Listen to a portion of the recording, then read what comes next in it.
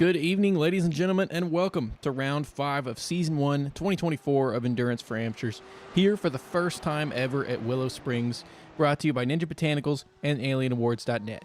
We've got a 90-minute race with GTD and GTP classes, and last week was a thriller race at one of the tightest circuits on the calendar in Okayama.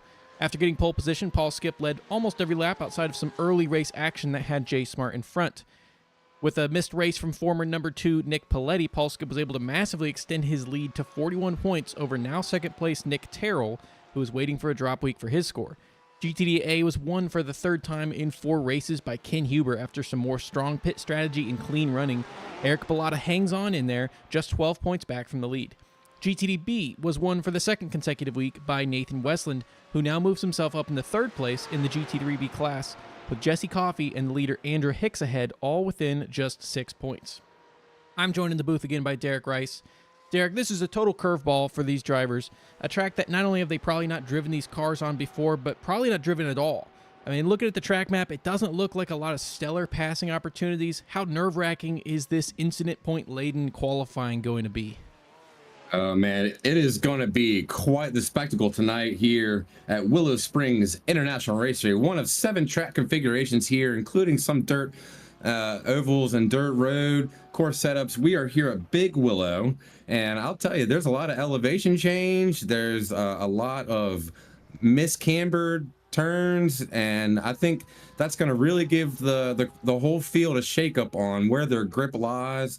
And you know, there's not a lot of passing opportunities here, so the LMP's GTP class is really going to shake up the GT3s as they try to make their way around this track. And as we look, this track is has a lot of runoff, but it's all dirt and sand and gravel. So if we do have any off tracks, they're going to have a tough time slowing down that car to try and get back on track. So I think it's going to be a trial and tribulation section here for everybody on track, GTPs and GT3s included, especially since we have never raced here before in E4A Endurance for Amateurs. So we are in for quite a show. Also, I have note that we have a potential guest speaker popping in by name of Jeremiah Burton from Donut Media, if any of you guys are familiar, which I'm sure you are. He's given me a maybe, so we'll hopefully see him pop in and give a few track information on his experience there with Donut Media as they use this regularly for a test track. And as with this very short lap setup, I mean, only 9 turns, most of them right-handers. We've already got a lot of times on the board. Paul Skip's already put 2 times down. Ryan Jeevan has now put himself on pole with Paul Skip a couple tenths back. Jeevan, the one of the 4 here, the only one using the Acura, the Porsche for Skip and Paletti, and the Cadillac for Nick Terrell. Ken Huber back up on pole position here ahead of a lot of Ferraris, which is a very familiar position for him, but Josh Doty taking that back. Yeah, I mean, I heard a lot of people talking in the Discord about being wondering if they'd even be able to get a single clean lap in during qualifying here, which of course any single off track invalidates the entire lap time, and it sounds like it's quite a difficult proposal to make happen here. Oh yeah, and you know, you talk about one of the most difficult tracks we're going to be racing at. I want to highlight here Rick Hughes, who's going out for his first hot lap here now. We haven't seen too many of the 4 GTs on track this season at all, and this is his pick of the car. And not only is he racing the 4 GT, he is going classic style with full stick shift and clutch, brake pedals, you know, all that. He's not using any of the paddle shifting, none of the auto blip or any kind of driver aids whatsoever.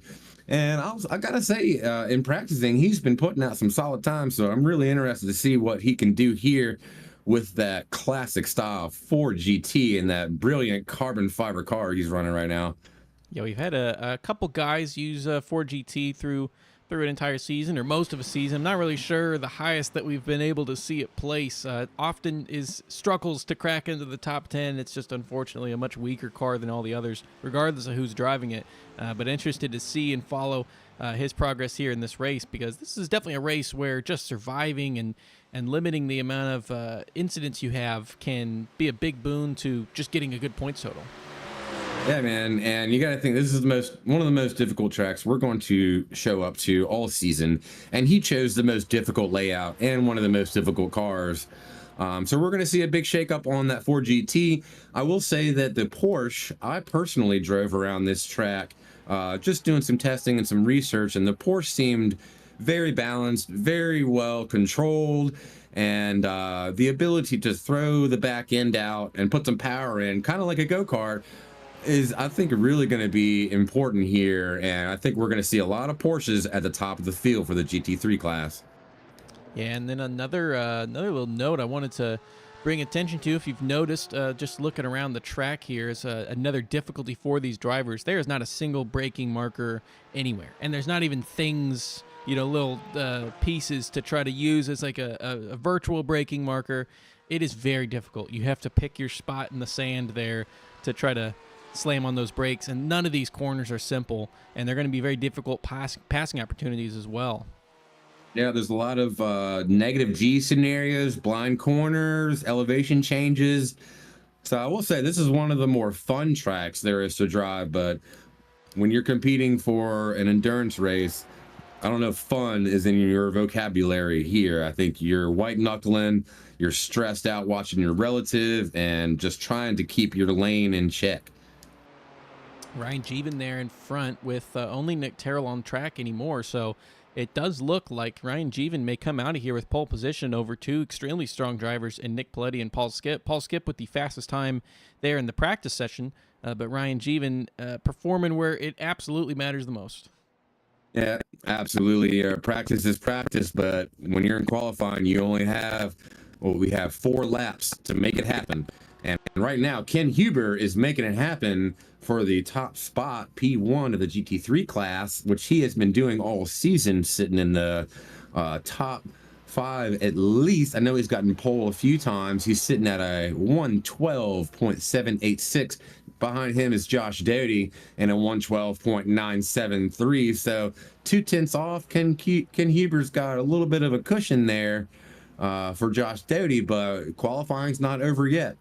And don't forget, of course, with James Foreman, Nathan Westland, Jesse Coffey, those guys who are up there at the top of the field, they're in B class. They've now already done their 3 races as far as being able to qualify into A class. So regardless of they're in that top 35%, unless it's one of the first 3 races that they've raced in this season, it won't promote them. So those 3 guys I just named there, all mainstays so far in the GT3B Championship. I think all of them have attended every single race so far.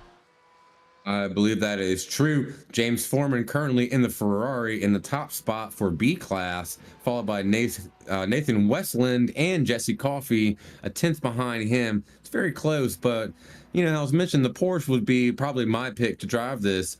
However, if you look at the GT3 class, we're seeing Ken Huber in the Lamborghini, which is no surprise. He's been driving that all season. But behind him, there is a slew of Ferraris. So maybe I missed something in the testing, but it looks like Ferrari might have a solid play here to try and secure those top spots. Yeah, I mean, it's not a surprise to see Eric Bellata up there, but some really good qualifying performances by some of those other guys that haven't seen at least compete for the pole on this season so far. But again, such a weird track, and the tire wear is going to be something that's massively impactful in this race as well, as the 2 largest, most tire heating up turns there in that first one that you see with turn 2 of Rabbits here, and then the sweeper turning into turn 9 at the very end, are both right-handers. So those left-hand tires are going to be wearing a lot faster than the rights in this race. That is absolutely true. So we're going to see a little shakedown. We've got about 10 seconds left here in qualifying, and I'm looking at Greg Holland in the B class. He's had a rough start to the season, but man, is he ever in P4 right now for the B class in GT3s. I'm really hoping he can put something together here and have a good race. All right, and we will be back with you in just a couple minutes as we verify these results and get back to this race, in which should be a wonderful race that we have tonight.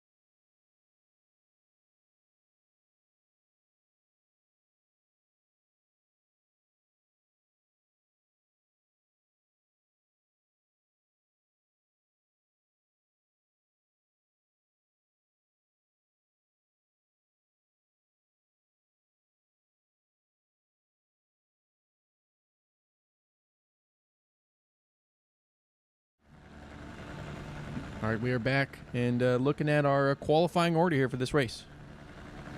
Yes, sir. We are going to start out with the GTP class. In P1, we've got Ryan Givon from Canada with an impressive 1.01321. Just behind him is Nicholas Paletti. He was only 0.15 seconds behind Ryan Givon, so very close. Also close behind him is Paul Skip in P3, and finishing out the GTP class for tonight is Nick Terrell in P4 for Pony Express. For the GT3s, Ken Huber comes with a 4th pole out of 5 races on the season, with Josh Doty coming in 2nd place, Adrian Garcia 3rd, with James Foreman in 4th, and the leader of the B class. Eric Bellata and Nathan Westland follow them to round out the top 6. Continuing down the line, Jesse Coffey and Travis Rowe, Paul Boyle and Christopher Craig round out the top 10. Jack Lucas and then Christopher Newby, Richard Curry and Greg Holland, Kevin Berquist and Keith Williams, Andrew Hicks and Leonardo Elijah. And lastly, Zach Nurnberger, Rick Hughes, Tony Watson, Philip Ranieri, Aaron Claybaugh, and Todd Schneider. That's quite a field we got tonight. I know Rick is driving that Ford GT. 20 position is not what he was expecting. I want to give a quick shout out to some local people who I know are, or I hope at least, are watching the stream tonight. That would be Hunter Jones and Frank Simmel, some regulars at the brewery that I currently brew at. Hopefully they can catch all the action tonight as we commentate this amazing race at Willow Springs. They are getting ready to go green as they come around the track, and we are all fired up over here. Yeah, we got a full pace lap here. Not a very long lap. However, already some interesting news in that Nick Terrell not taking the grid, although it seems like he was on the pace lap at some point. And then I think he stops to park it in the pits, maybe? Yeah, I've seen him pop into the chat. I couldn't quite hear what he was saying. I think he was late. We see him now going back to the pits. So I don't know if that was intentional, or maybe he missed something on his setup for gas or tires before he went out. I'm really unsure about that, but I know that is going to shake up his own race, as he's going to have to clear the entire field of GT3s to get back up there. Yeah, there is a glitch with the ERS deployment that can only be fixed by double-clicking the setup icon during the gridding phase, and it may have been something where he forgot to do that as he drove out, starting that pace lap, realized that was wrong, and figured, I guess, that it was more beneficial to come to the pits and get that ERS situation correct, because otherwise these other drivers, if they hadn't done that, or if, for example, if that was the case that he was in, he would be stuck in attack mode for the whole race, which would quickly mean that he just had no battery power at all coming through. Yeah, luckily we don't really have what's called parc fermé in these sim racing leagues, where if you do notice that you're still in your quality setup, you might be able to go back and change it just before the race starts. Well, the quality setup here is the race. It's the exact same thing as the race. So, okay. Yeah, it's locked on that. Oh, so it technically is what we will call parc fermé. So we'll see what happens with Nick Terrell. I know he is one of the more aggressive GTP drivers, so I don't see him having any problem getting back up to the top of the field. It's going to be a few laps before you can get up there for sure, and we know Paul Skip starting in P3. He's not happy about that, so he's going to be pushing behind Nicholas Paletti as much as we've ever seen him. Yeah, so comes to the line, gets the green flag. Ryan Jeevan is off. Heading down into corner one. Turn one is the no passing opportunity. So after Castro Corner, as they make their way through here, now Nick Paletti available to make any moves he wants to into Rabbits here. Nothing being done there. GT3 field staying pretty line astern. No moves being made. No crashes so far. But Jeevan leading this field here, trying to get a lead lap when we come around to the very end. Again, only a minute-long lap for these GTPs. Looks like they're going through turn 3 now, so turns and passing should be open and available. Ken Huber out there in front of the GT3s. Everybody seems lined up, just taking their action on the course, not really looking to make moves, but really just to see the lay of the land. Nick Terrell, sure enough, is here out on track. Not making any too crazy moves as everyone's trying to get up to temperature, but he is trying to rejoin this race here. Ken Huber leads the GT3s without a lot of threat behind. Josh Doty staying close, but already 1.6 seconds back to Adrian Garcia there in that line of Ferraris. Up at the front, Ryan Jeevan under attack from Nicholas Paletti. Nicholas Paletti ahead into Castro Corner. It looks like he's going to take the move. Jeevan did lead that lap, I think, but Nicholas Paletti keeping it inside track limits, and he's got first place. It ain't over yet, though. He's still pushing on. He's looking for that outside line to keep that momentum up and have another look at him, man. He is really trying on lap 1. Oh, and he's off track, too. So he's really pushing. I don't know if that's going to cost him, but I know he's unhappy about that off track, trying to catch up. Oh, that was, yeah, look how wide Paul Skip was there in that final corner. Looked like all 3 drivers were wide to a certain extent, but Paul Skip way out there, but still sticking with that crew. Yeah, I think it might have something to do with cold tires since it is lap 1. The track hasn't heated up quite yet, and the tires are not quite ready to push like they really want to. So we've seen some off tracks, and I think they're going to have to rein it in for at least a few laps, or we might see some big action here coming up quite soon. Lots of movement back here. Again, some drivers going wide there in the final corner. There's Rick Hughes in that Ford GT3 getting passed by Todd Schneider as they make their way around that last corner. Yeah, he's really trying to make that thing happen with that all stick, no flip car, and he's going wide. He's getting a little loose, but got a look, and looks like he is pushing and going to make that pass happen. Yeah, oh man, Schneider is holding on, but Rick Hughes makes the pass back to take his position once again. Looks like we got another off track GT3. Andrew Hicks there with the collision, or the narrowly avoided collision, but the spin out there in, I believe, Budweiser balcony was the area where they were at. Moves being made throughout the field right now. Greg Holland making the pass on Richard Curry. This is how he made that happen. Indeed. Yeah, I know Greg is on a mission tonight to make something happen, get some solid championship points, as he's had a little bit of a struggle in the first few races here. So even though this might not be the easiest track, he is out here making moves and trying to secure a position for points. Yeah, wonderful move they made there. Meanwhile, Nicholas Paletti is still leading the GTPs, but Ryan Jeevan just put in the fastest lap of the race there with a 1:01.32, catching up 0.6 to Nicholas Paletti on that lap. Ryan Jeevan is still getting a few feet off into the dirt, trying to stay up there with top contender Nicholas Paletti. He's got to be real careful about that, because if he touches that sand too often, and his tires are really going to show out. Paul Skip is making a big push on him too, so he's got pressure from behind to defend his own position, as well as pressure to stay aggressive to try and stay up there with Paletti. Yeah, it's really close action now. It just became even closer between Jeevan and Skip, but now they're just now coming up on the traffic. Ooh. Skip's very wide, lucky to keep it on the track. That's just another time he's been off track, and he's still able to keep up there. And man, they are really fighting. Ooh, Schneider off track. I think he's trying to stay away for those GTPs. Man, we got a live track tonight. Yeah, it looks like he was just trying to worry about staying out of the way of those guys, but didn't realize he was getting into the dirt. And like you said, it's trouble slowing down once those guys hit that dirt patch on the braking entries. Absolutely. Your tires are not going to enjoy having a little bit of sand and dirt on them. Running through the GT3 field now, starting to make their way through the pack. It's going to shake it up. Looks like Paul Skip is... Oh, wait a minute. Jeevan is off. Ryan Jeevan having an incident here.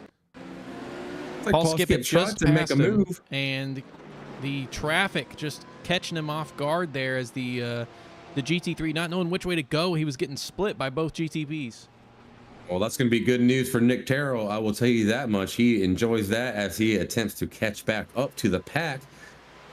Yeah, Terrell has now made his way through the entire GT3 field, but an entire 28 seconds off the back of Ryan Jeevan as it is.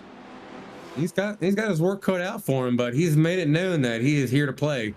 So we will see him up front shortly, as long as nothing catastrophic happens. But as we've already seen, the field's been shaken up by this track, and they are so far struggling with it. So hopefully Nick Terrell doesn't run into any incidents as he goes through the field to catch back up. But man, we are already seeing a lot of action out here. Nathan Westland, top Porsche driver in this race so far, keeping with these Ferraris here of James Foreman in front chiefly, but including Eric Bellata, who's under a little bit of a struggle there. I know Eric Bellata didn't get time to practice this race until today. Again, a lot of guys not having any experience in this track until this week, but his experience extends back to just the last 24 hours. I feel like there's a few other tracks like Watkins Glen where you can kind of maybe compare it to, just because it's got those elevation changes, those blind corners. It's got a little more flat attitude, just like Willow Springs, but Watkins Glen is not as aggressive as Willow. So, I mean, even with all the practice you have there from the past, you still going to have to get on track and do some laps, or else you're going to be shut out and you're going to be off track, as we've already seen. And ideally some laps with traffic, because with this short, I mean, it's already a tough track for these GTVs to get by, but with this short track length and the limited amount of corners and the lack of hard braking zones, it just is so difficult, and it's so frequent that you're having these lapping opportunities, and the GTP's already coming through again right now. Absolutely. I mean, if you look at the track map, it doesn't seem that aggressive. But if you were to put yourself in that vehicle, you will quickly understand how difficult this track is. There's only one real straightaway. There's the little bit of S's, but they've got some ups and downs through the S's as you come in to the end of the track. So not a whole lot of passing opportunities here. And I feel like a lot of them are just trying to survive. Yeah, right now, not a lot of people having any race-ending incidents. I mean, to be fair, the walls are very far away, so it does help prevent some of the really large accidents from happening. But what I think will probably, as we get into this race, again, not 8 minutes in, but as we get, towards the twilight hours of this, I think the incident count pile up will be a factor. We've seen it at a couple other tracks before. We've seen it at tracks like Red Bull Ring or some other Spa, some other tracks that are known for piling up incident points. And even the clean drivers will get enough off tracks where they're getting themselves a drive through, and it massively impacts the race. Absolutely. Can you remind me, what is the incident number where they will get the drive through? You're testing my memory. I believe it's 24. I think you're correct on that. And then every, I think you're correct. like 8 after that. So like they start to pile up even faster once you get your first one. Not often are you getting so many incidents that you're getting multiple, because once you serve that first one, it kind of humbles you a little bit. But yeah, it is definitely a game changer that we've seen happen before. Well, we've got 45 minutes of racing here. Or no, 90 minutes, sorry. 90 minutes of racing here, and that is a lot of time. And so far, we've already seen a lot of off tracks and a lot of shakedowns in the GTPs as well as the GT3. So I wouldn't be surprised to see at least 1 or 2 drive-through penalties get handed out, even maybe before we see the first pit stop. Yeah, and that right there was a good example of an off track, as Nicholas Pletty losing a few seconds now to Paul Skip, who started in 3rd. Even I know he had talked about maybe just starting the race and not even doing it because it was going to be too stressful, and he's now found his way up in 1st place and comfortably in 1st at that manner as well. Indeed, he's got a little bit of a gap on him. See Eric Bellata right now fighting for position with Audrey Garcia, and he's putting the pressure on, absolutely, but he's also, he's driving the Ferrari, and that, as we've seen in qualifying, that's kind of one of the top contenders for the pits of vehicles for the day. Looks like he's really pushing it hard. I'm interested. Also, Audrey Garcia is driving the Ferrari as well, so they are car v car, is driver v driver, and Bellata takes an off track, which is going to hurt him in his play to make that pass. Right there, Christopher Newby with a stellar pass on Jack Lucas, part of that group in the midfield right now that's really battling between each other. Now, the 2 drivers not in the same class, but every position still matters, and Newby sending it around the outside. Wonderful move to make. Meanwhile, looks like some battling going on right behind those guys as well. Right now we have Richard Curry, Keith Williams, Greg Holland all involved here in this battle for 12th and 13th-ish place. It's a great battle, as we can see. They are quite close. Also quite close is Leonardo Elijah, who's currently holding on to position against Zach Nuremberger in the Audi. And He's Zachary is really getting it in as he goes for the position almost now. He's taking a look. It's early on in the race, but these guys are already very aggressive. They're not doing the shakedown like we normally see. They are getting after it. Here we go immediately. It'll be interesting to see the fuel strategy going on in this race. There's a lot of on throttle here. I mean, you can just hear as we're in Richard Curry's car. There is obviously some let off here in the corners, but your top throttle for so much of this track, it's so short. There's no hard braking zone, so you don't have that heavy acceleration that you have to do. Whoa. Zachary Nurburgring makes a pass, but gets into Kevin Berquist around the turn. That was a big hit. Both of them are going to take effect on that. That was that was bad. Yeah, Berquist already losing control from the final corner, and Nuremberg able to immediately cruise into the pits, but I don't think there was anything he could have done in that situation. Yeah, they're both going to take a hit on time getting in the pits and getting some repairs done on that. I don't think he was expecting him to be there at all. Well, yeah, I mean, he could see it happening. Could have done with a little bit of break. The inside. Yeah, as Berquist came onto the inside, it was kind of a slow onto the inside, and at the pace that Nurburgring was going, he really had no option. He had nowhere to go. Eric Bellata trying to make his way into the podium places right now. He's fighting down Adrian Garcia and has just 2/10 as he's just swinging out so wide, not even facing forward as they head through turn 9, but able to survive. Nick Terrell there, making his way through the field, but no move made here into Castle Corner. That was an aggressive move from Nick Terrell, but he knows he has to stay on that gas. And looking at Ken Huber leading the field in the GTDs, Josh Doty's only 1.2 behind him. He's got to look. He's staying relevant. He's staying in that rearview mirror. I know he's giving Ken Huber a little bit of sweaty palms already in the race, but man, we got a lot of action going on. Yeah, I mean, outside of Eric Bellata, Josh Doty, the driver who's able to hang with Ken Huber the most, or at least the longest into a race so far this season, as really those two of Huber and Bellata have kind of been uncontested for a lot of this season. But right now, Josh Doty keeping it in there. And this battle right here in the midfield, not only really tight between these guys, but the leader of the class there, Paul Skip, making his way through as well. That's a super strong field. There's about 6 or 7 cars all fighting for position. And they're not going slow either. They're not hanging out. They're not saving gas. They are pushing, as far as I can tell. So they are not trying to save those tires. Whoa, and Christopher Craig nearly losing it. Woo! He was dancing around that corner. I'll tell you that much. He said his team's Desert Dweller, and I don't know if he's been in the desert recently because he was doing a little dance out there for the sand. And he's going to lose that position now to Chris Newby ahead. As Christopher Craig, you could see him as he went through that corner. He started to hear that tire squeal just a little bit, asking a little bit too much of those left-hand tires on that right-hander, and I think that's something that's not going to be a rare thing to see, and it's only going to become more common as we burn down these tires in this race. Yeah, you have to consider the grip that they currently have is the most grip that they're going to have on this set of tires for the rest of that stint. So the more they push, the more loose they're going to get, and they got a number of laps to go until the pit window opens up. They're running 80% fuel, so it's not going to be terribly long. We are currently on lap 14. Where do you think we're going to see them starting to walk into the pits? I mean, we saw the drivers last week nearly making it to that hour mark. I think 55 minutes was maybe the longest they went. Some guys may do it around that halfway point, the 45-minute mark, but we definitely could see earlier than that trying to just get out of a lot of this battling in this traffic. As we go wide there with the number 47 of Greg Holland at a collision as he gets back on track with Keith Williams. Yeah, Keith Williams Richard Curry. Yeah.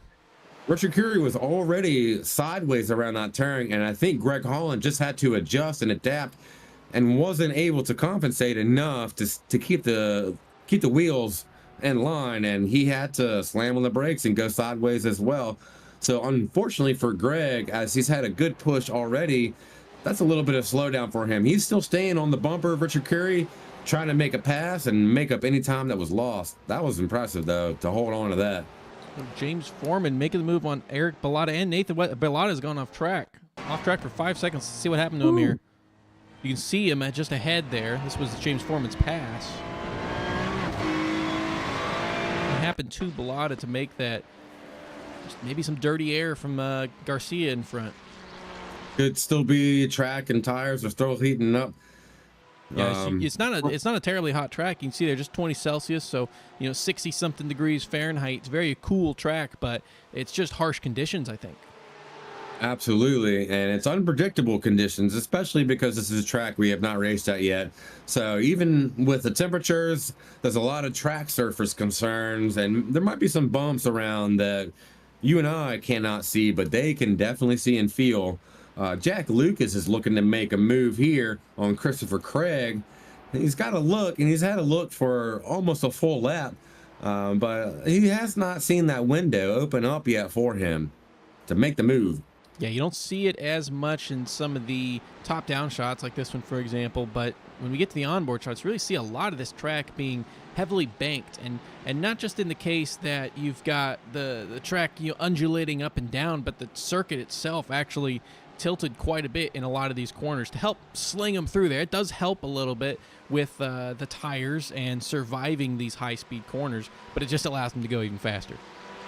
Yeah, I mean, you got to also consider there's blind turns. Eric Bellata just found out that for himself as he loses 2 positions to Jack Lucas and Christopher Craig as he goes off track on one of those hills where they're a little blind, and if you get a little loose, you're getting a little negative G on the car going over the hill, so that means you're losing even more grip.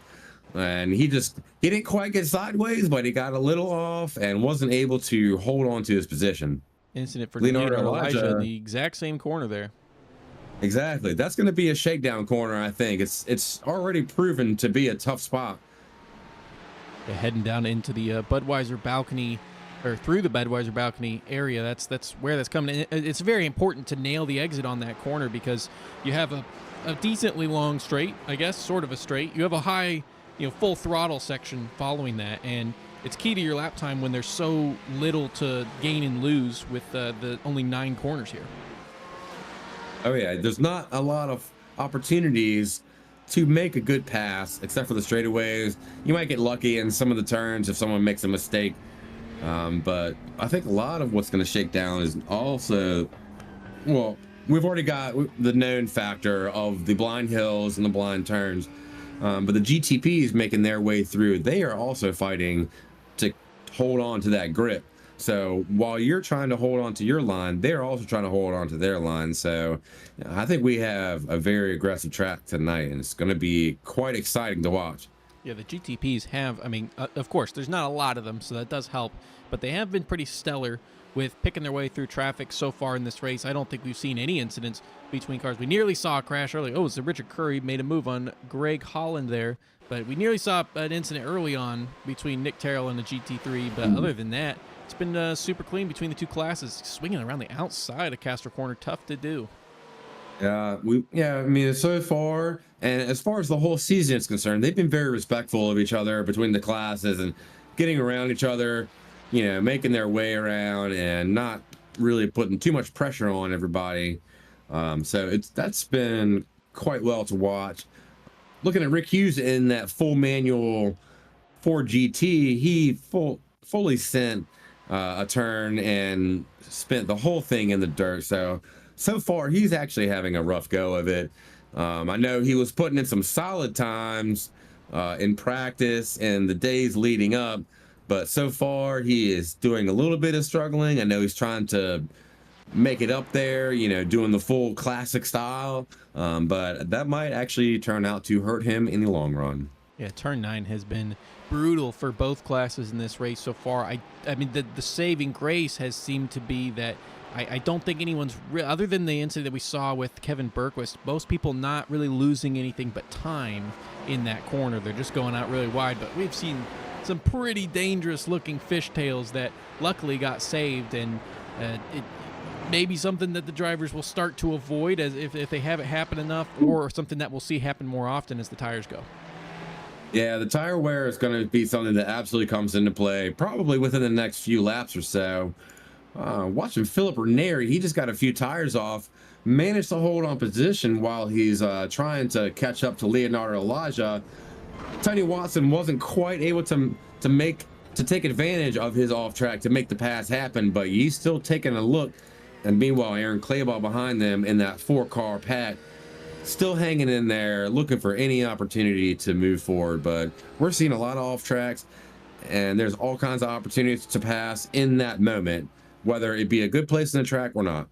You know, there's a lot that you can really glean from just hearing the throttle in some of these onboards. And you can tell with Tony Watson's car, you know, trying to ride that line between being eager to get on the throttle early and being cautious through these elevation changes and, of course, a dangerous, track runoff areas where you've just got gravel and may end your race.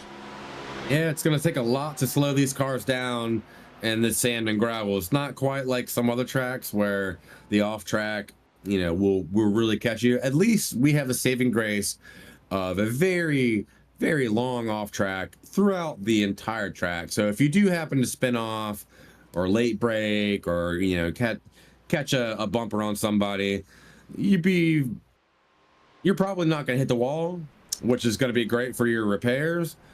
Even though it's definitely still going to slow you down because it takes a long time to slow these cars down in that sand and gravel. Unbelievably wide there for Adrian Garcia as he loses the spot to James Foreman.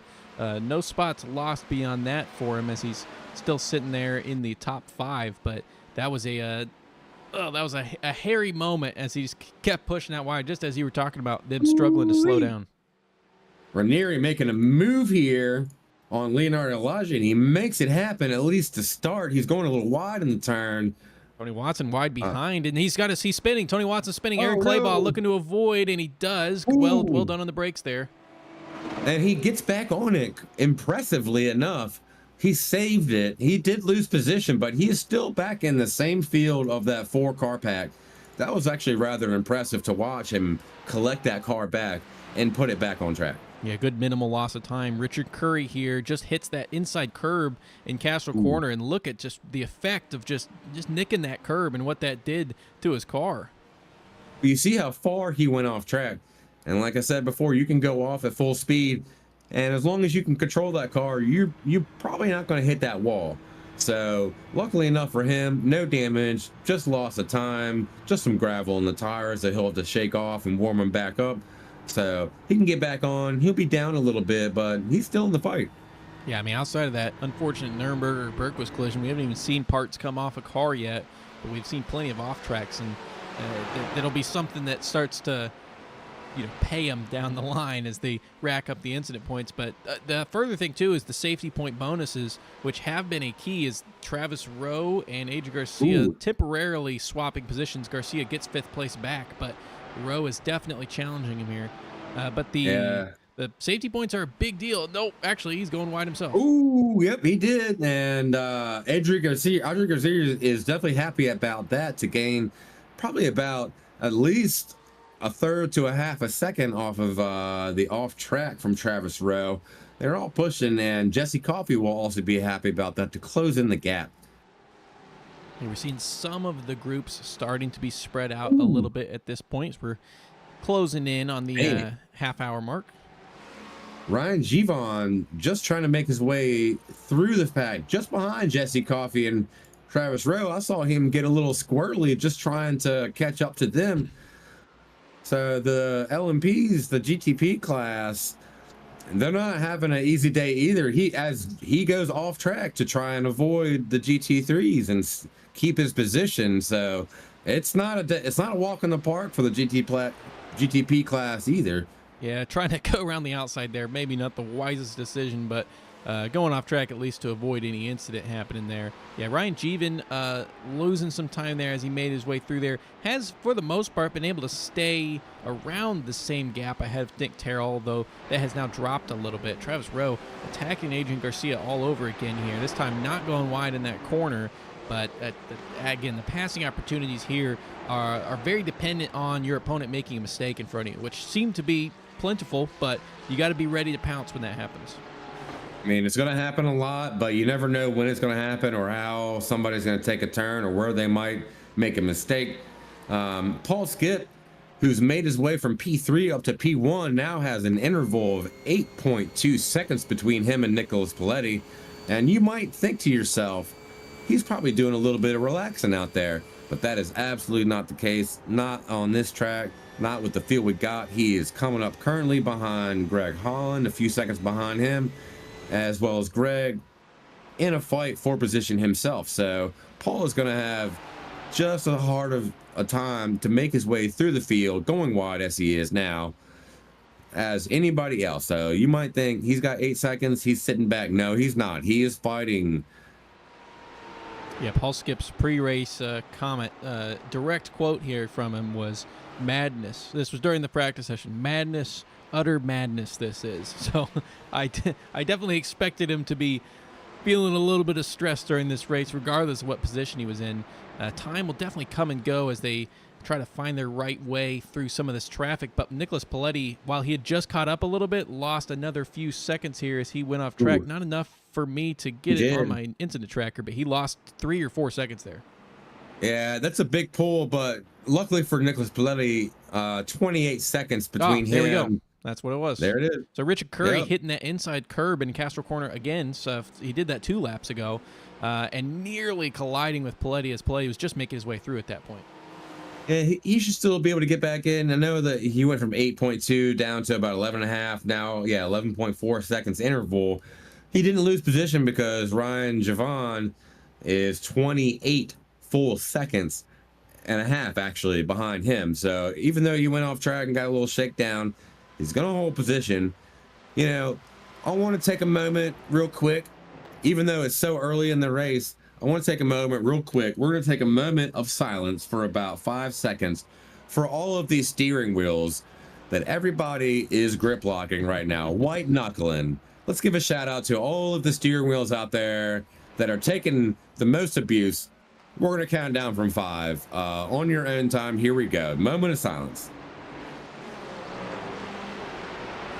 I know Nick. And there it goes. Yeah, I know Nick Terrell there. Maybe one is doing that. He's looking to upgrade his wheel and maybe sending it off with this race here, putting into a state of disrepair as he went wide there in turn 1, trying to avoid these GT3s that are battling. Rowe and Garcia fighting between that 4th, 5th, or 5th, 6th position. And this is an alive track. Right now I'm watching Tony Watson get the move pushed on him by Aaron Claybaugh, trying to look for a window. I mean, he's going to find a window. It's just a matter of when and if Tony white knuckles too hard and makes a little mistake, maybe goes a little too wide. We'll see. He's still pushing on him. Yeah, I guess I never noticed when Claybaugh lost that position to Tony Watson again, because we saw him get by when Tony Watson had an incident, but that position had swapped back at some point. Yeah, I mean, so you look at Claybaugh, he is up 5 positions from his start place, but the person he is currently following, Watson, is only up 4, which is considerable, but we have seen them switch positions a few times. So they are really shaking it up, even though they are in different classes between A and B class in the GT3 field. You have to utilize every vehicle you can to follow, draft, and try and take any position you can. Watson and Claybaugh are both A class because Tony Watson, while this is his first race, him being a multiple-time champion for this league, has secured himself into that A class position. We haven't seen him for a while. He's trying to shake off the rust here. But yeah, both those guys competing in that class. Aaron Claybaugh, I was actually surprised that he was even able to get a time in qualifying, because with like 9 minutes into the session, I think he still hadn't put in a time yet, so was struggling as Paul Skip comes into the pit lane, looking to, it looks like, basically make 3 exactly equal stints as he comes in right at the 30-minute mark. He's coming in to get gas. How many tire sets do we have available for this race? Unlimited, but you know, you're not going to pit too many times, ideally. Sure. So you think he's taking tires and gas? Yeah, he's in the air, so he's definitely taking tires, and I would assume all 4. But I would love to hear and the kind of tire wear that they're dealing with. We've seen the GTPs for the most part kind of take it to the end of their fuel stints at the start, but I just think the tire wear is just so big in some of these sweeping right-handers that it's just not worth trying to maximize that fuel stint. Absolutely. You know, there's some off-camber corners here. The track itself, I wouldn't quite say, you know, I want to say it's mostly flat, but it's not. But there are some off-camera corners, and there's a lot of shakedowns going. There's a lot of moving around. There's a lot of passing, a lot of left and right. So your tire wear is not like, if you were to do practice and you were to practice, say 50 laps on your own with no one else, you're not going to experience that same tire wear that we're seeing right now, because you're not moving around, you're not letting people by, all that. So we're going to see them coming in earlier than I think they were to think. Paul Skip being the first of which, Ranieri off track. Philip Ranieri with a new record for distance off track there in turn 9, but they're all equal, so Yeah, we'll see if we can get him a special award for that one, for the intro to Willow Springs, farthest away from track possible. It goes to Philip Ranieri as of right now. And Tony Watson taking that spot on Ranieri, as Ranieri obviously lost some time during that off-track excursion. And Tony Watson now moving up 5 spots from where he qualified. That's a big push right there. He's in P2 currently for his class in the GT3 under James Foreman. He's got a few seconds between them, so he's not really got to look right now. He's just going to save tires, hopefully, and stay where he is at to secure that P2 spot. Looking at Nicholas Paletti, man, he is trying everything he can to do the overcut on Paul Skip, running into traffic on Rick Hughes in that GT40 right now. But I'm curious as to when Paletti might go into the pits, whether it be this lap or the next. We will surely see shortly. We saw Adrian Garcia fighting with Travis Rowe for a lot over this first 30 minutes, but they're making a mistake in turn 9 like many other drivers, and we just see him disappear out of that fight as he loses good, I think, 5 positions with and a collision there. That seemed like a little bit of a net code collision there. Let's take a look at that again. Christopher Craig with the unfortunate consequences on this. It just didn't seem like they touched very much. It really doesn't look like they touched. Oh man, yeah. I mean, it could be net code. It could have something to do with the grip and how he was throttling as they transition from that right-hander into the left. Oh, you know what? I think that first view, I didn't notice that he had a bit of a tank slapper going on there, and they were just mid-turn, so just enough to kind of spin him like a top, and then he tried correcting, and it sent him the other direction. Yeah, I think it definitely, I don't think they touched. It definitely looks like he just had that quick snap and didn't quite have the grip to hold on. And if you look at the track, as we see some of the corners, some of the edges, you'll see that sand start to pop in on the edges as some people do go off track and drag some of that sand back on, which is going to make it way more difficult. It's going to shorten the race line, the effective line, even narrower. Well, and I don't know if it still could have been a netcode situation, but you definitely could hear a contact there in that on board between the cars of Vahil and Craig, and getting him a little bit out of shape there. Unfortunately, I think certainly a race against it by both guys. I don't think either guy really did anything wrong. It's just a tough track, and we see Tony Watson spinning out there in turn 1. He's going to be able to get himself recovered, but Ranieri getting the spot back. Absolutely. And Ranieri is definitely happy about that. He's mostly been racing by himself, so to be able to secure a position back that he once lost, he's going to be happy about that, even if it came from an off-track scenario and not just getting after it and making a pass. Chris Newby here up 5 spots, and he's all the way in 7th, so qualified 12th into the top 7. He's one of the biggest chargers of this race, and also up there with a lot of points as well. But he's trying to chase down Jesse Coffey right now. Is behind Garcia, able to take the spot from Paul Boyle and trying to recover some positions here that he lost on that off track a few laps ago. We got a very active track today. Paul Skip is approaching the top of the field once again as he comes up behind Tony Watson, who's currently racing Andrew Hicks. It doesn't look like it's for position as they are in different classes, but they're using one another to try and follow each other around the track. Here comes... Well, it's still, the position's still for points, so it doesn't matter that they're different classes. Every position's for the overall GT3 points. It's just they are in separate leaderboards as far as the season standings. This much is true.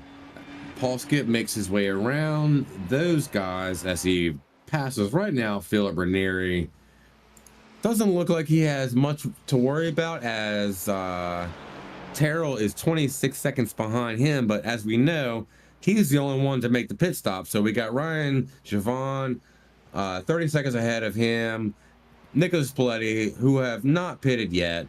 So once they make their pit stops, we'll see what Paul Skip can come out, whether he will still be P1 or not, and have made that overcut happen. This was a strong overtake for Eric Bellata. Paul Boyle kind of giving him the inside line there through the sweeper and then into turn 9. Eric Bellata, another driver, another driver passing Paul Boyle there on 2 consecutive laps as one that has lost a lot of spots that was running up higher in both Adrian Garcia and Bellata. But both guys starting to make a recovery, down 5 and 4 respectively, but have some pace in the car and no damage. So that's what's important. Mm-hmm. I know Paul Boyle had some grip issues back at Okayama last week, and I know he's trying to keep it together today. Unfortunately, it looks like one of his teammates from the Doge squad, Travis Bell, is not here today, and I'm curious as to that is affecting his race. Doesn't have somebody in his pocket to either do some blocking or do some drafting with, So I'm very curious to see what he does on his own. I know Travis Bell said he was going to try to watch the broadcast, but wasn't able to make the race here tonight. Was excited to watch the chaos that would happen. I'll be honest, there has been, spots all over the place. This is probably the most amount of spots we've seen changed. As far as true chaos, we haven't really had too much of that. Not a lot of gigantic collisions. The lapping events of the GTPs haven't been too dramatic. It's just been a really tough race, I think. Yeah, and since we're talking about Travis Bell, I'll go ahead and say he is currently in Florida where they're doing the Miata races, and he sent some screenshots of him at the Miatas at Daytona, I believe, or not Daytona.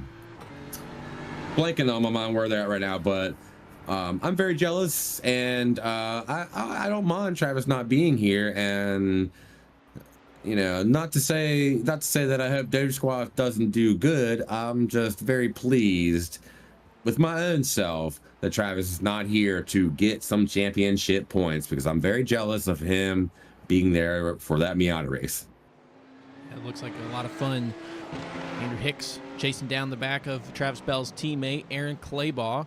Claybaugh up 7 spots after qualifying right at the very end of the field. Was able to get a time in, but now starting to warm up a little bit to the track, I think. Nick Terrell making his way through. Tony Watson getting a little bit off track as Richard Curie goes around him. He definitely lost a little bit of pace. He managed to make it back on track quite well. So he's not going to lose too much time, but he did lose position, which is going to hurt. Meanwhile, our race leader, we don't know exactly where he's at in the virtual battle because he's already made his pit stop, but race leader Paul Skip losing almost 10 seconds off track from this incident, completely spinning, almost 360, gets it stopped and has to come to a full stop, get going again. Luckily, no other cars around, but almost 10 seconds spent off track in that incident there. That is uncharacteristic of Paul Skip, and I think he's our championship leader in points right now, and he's got a lot of time between him and Nick Terrell, and we know that the rest of them have not pit for gas yet, so we don't really kind of know exactly where he's at, but we kind of expect Paul to end up back in P1 once they make their pit stops. But now that happened, that is a 10-second shakedown, so Nicholas Paletti might be able to take advantage of that. If he was smart, he would go in pits right now, get that gas, get them tires, get back out, and try and stay ahead of Paul Skip. Yeah, it's not even old tires that he's on either. He pit just 10 minutes ago, so the tires still should be in a pretty decent window. The track has warmed up, to be fair. We're at 25 Celsius on the track now, nearly 80 degrees Fahrenheit. As we get an off track there for Garcia, a little bit of a tap from Paul Boyle to Eric Bellata. I think everyone makes it out alive, but they are scrambling here through this section. Man, Paul Boyle's got something to prove tonight. I know he's had a little bit of rough times that he had a rough time at Okayama, and then also the week prior with some little off tracks that cost him absolutely dearly Garcia in the end of the race. Garcia disappearing off that screen with a 10-second off track here as he comes down through Monroe Ridge. Looked like his car was in general okay condition, but I think he takes the escape there. Oh, and gets some air. I don't think he saw that coming. Man, I wish he'd done a kickflip. That'd have been way cooler. But good Yeah, Lord. nearly did it. A lot of off tracks here. We already kind of knew that was going to be the case. We knew they were going to be driving aggressively, and we also knew that they were not going to be ready for the status of this track and its negative downforce hills Paul Boyle and all the sand. taking the inside of this corner through Rabbits here. He's trying to get into turn one. Couldn't quite make it happen, but still fighting now into the Budweiser balcony section. It's going to be tough on the outside here. I think he's going to try to fight it through the second apex. Still can't quite get it. Eric Pilata fighting valiantly here to keep his position that he gained over him a couple laps ago, but a fantastic effort by Paul Boyle to really stress him there. Again, nobody near in front or behind them, so this position right now is very personal. Absolutely, man. You know he's white knuckling it. I'm looking at Travis Rowe right now, who's trying to make a move on Nathan Westland, but what happened was looked like Ryan Javon came through and shook them up. He was right on his bumper, and as soon as that GTP came through, he made room, and in doing that, gave up at least 2 seconds worth of space, and that's really going to hurt him. Nicholas Paletti there dropping pretty early. Makes me think he could have potentially not taken 4 tires. I don't know if maybe it didn't get the camera over quick enough to see, but I believe that Paul Skip was still in the air longer than Paletti was. Paletti leaving, yeah, so did Skip maybe have a penalty because Skip was in the pits for a whole 30 seconds longer than Paul Skip, and he's now 18 seconds ahead. So this is a virtual race lead for Nicholas Paletti as Ryan Jeevan is still in first but needs to make that pit stop, and Paletti's going to get these tires up to temperature and try to nail this outlap. But as it is right now, 18-second lead on the former leader. Indeed, and that's exactly what we were kind of anticipating. We knew Paul Skip went in to try and make the overcut, and with his little off track, his little sideways slide, we knew that was going to impact him in a great way. I did not anticipate 18 seconds, but it looks like he's already taken half second off of that. So Paul Skip really pushing on to make a move and get back up to where he once was behind Nicholas Paletti. Once Ryan Jeevan makes his pit, which he has, I'd be really interested to see if he comes in behind Paul Skip and in front of Nick Terrell, or maybe Nick Terrell can make some moves here quick. Yeah, I mean the 10-second loss for Paul Skip was not good, but the unexplained part comes in the pit stop. It did feel like when we were on board with him, he was just in the pits for a really, really long time, especially given the fact that he pit earlier as well. And a full 30 seconds longer in that pit stop, which doesn't quite explain it if it were to be a penalty, because a penalty would be a drive-through. So I don't know what the problem is. Ryan Jeevan right now, his pit stop taking longer than Paletti. He's currently at 50 seconds and running. And Paul Skip's back in the pits too. So is he doing a drive? No, he's not doing a drive-through. It might have to be or have to do with a little bit of damage. I think we got Paul Skip out of this race. Ryan Jeevan here, his pit looking to be about the same length as that first Paul Skip pit, because he's at 1:15 now and continuing. So a very short pit for Nicholas Paletti. What happened to Paul? See if I can find, but my goodness. Yeah, I'm not sure if anything specifically happened. Actually, nope, there we go. He said, he was upside down. I'll skip through the final corner really, really fast and maybe setting the new record for about wide. Yeah, even gets to the wall. Wow, he is not going to be happy with that. And he immediately towed into the pits, so he's going to be taking damage. He's going to be doing repairs. That is quite a shakedown, and not something we've seen from Paul Skip, as he is usually one of our top guys here to finish and qualify. It just was no slowing down as he heads his way out towards the wall. Big collision, flips the car a few times, a bit of a Talladega Nights, and then to the cherry on top is unfortunately that tiny collision flipping him officially onto his roof. But That's crazy. I would never expected that from Paul Skip. As a clean driver and tight driver as he is, that's gonna really shake up the whole field for GTPs. Nicholas Paletti is not mad about that one bit. for the GT3s, Ken Huber has made his stop, was the race leader, the dominant race leader as well. So Josh Doty inherits the lead of the race, but interested to see what the strategy is for Ken Huber here. Looks like a pretty standard pit stop, and he's doing it just a little bit past the halfway point. We're seeing a lot of guys take a pit here, and I mean, by a lot, 4, 5, 6 guys making the pit in that GT3 class. Yeah, and I think that might actually be smart as to what we talked about last week when we saw a lot of people really pushing that pit window, really just emptying that tank and then taking a small amount of gas to have a quicker pit stop. But I think there's two opportunities here, and I think that's what we're seeing here out of Ken Huber is he's taking that first opportunity, that first lap after the halfway mark, or basically right at it, to get a full tank. Now he's done. He can push. Everybody else has some warm tires that are a little slick, and he can make up some time. He's already in P1. I think he just wants to extend that gap. Couple close battles in the field right now. None closer right now than Aaron Claybaugh trying to chase down Andrew Hicks for the 10th overall spot. And a couple guys who are behind them now who have already made their pit stop. So this is not the overall 10th spot. I think Nathan Westland there in the background. He just made his pit stop. Aaron Claybaugh has a chance now as they head down into the sweeper, but this is going to be a tough move to make. Yeah, it looks like he's going to back out of it for now. Maybe make it happen on the straight.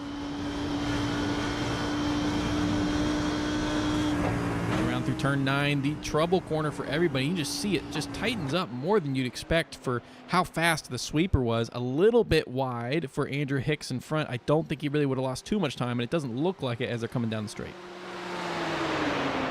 No move being made. But Aaron Claybaugh is going to be trying to size something up here as he continues to claw his way through the field. Technically up 12 right now, but again, still needs to make his pit stop. But even without that, he's up, a good 7 or 6 spots. Oh, absolutely. It's a lot of shaking up going on as we get into that pit window, and we're going to see some different opportunities for pit strategy here. And I'm really curious to see how that is going to end up once they all finally make their way through the pits to see where that standing ends up.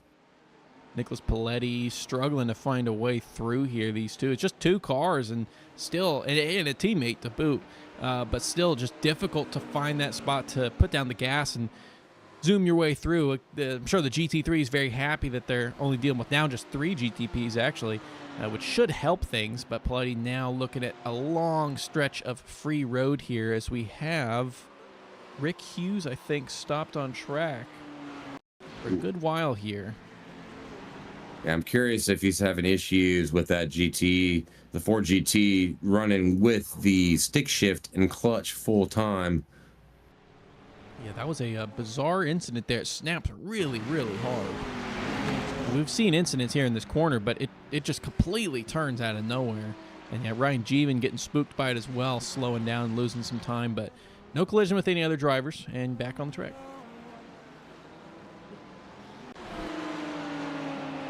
Couple pit stops now for some more guys at the front of the GT3 field. Josh Doty, James Foreman, Eric Bellata nearing that 50-minute mark. And we're about to get our round of pit stops complete for the full GT3 field. We can really get an idea of how this race is going to shake out. Yeah, Jeevan's, he's going a little sideways. He made his way around Rick Hughes on the off track, and then the very next turn found himself off track again and a little sideways. So he's really pushing in that P3 position, and unfortunately he's pushing too far. And there he goes again, sideways. He is not having a good time. Rick also taking off track in that same interaction. I know Rick was really trying to make something of the day, doing the full manual, but he is having a rough go at it. I'll say that.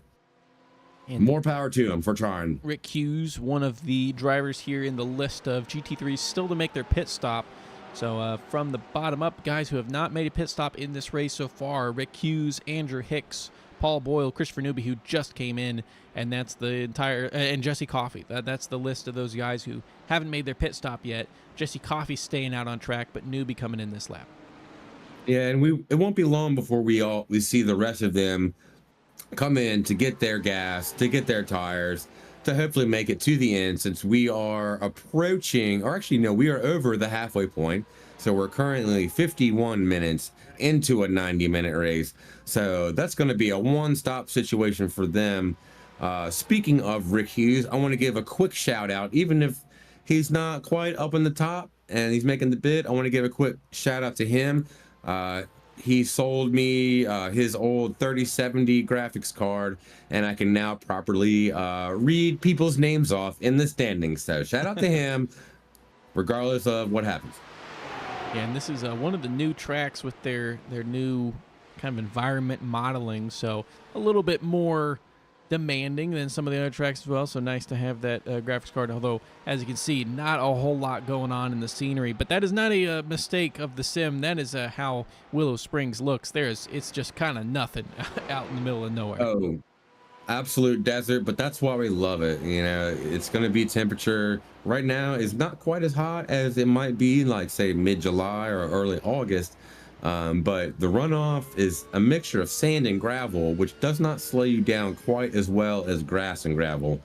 So it is a different place to try and survive. With really no threat at all, Ken Huber has retaken that first place position. And again, Josh Doty was the guy behind. We'll see if Doty able to make his way past. Coffey and Boyle just started their pit stops, so I imagine he gets by through pretty easily. Again, Paul Boyle was around the 9th, 10th spot of the race, and Jesse Coffey, I think, was hovering around 6 or 7. He's on his pit exit now, but yes, Josh Doty returns to the second place spot. So now that we've had our round of pit stops for everybody, and just looking for probably one more pit stop for the GTPs, I think now is a good time to take a few-minute break, and we'll be back with you in just a few minutes. Absolutely. Thank you all for watching. We'll be right back.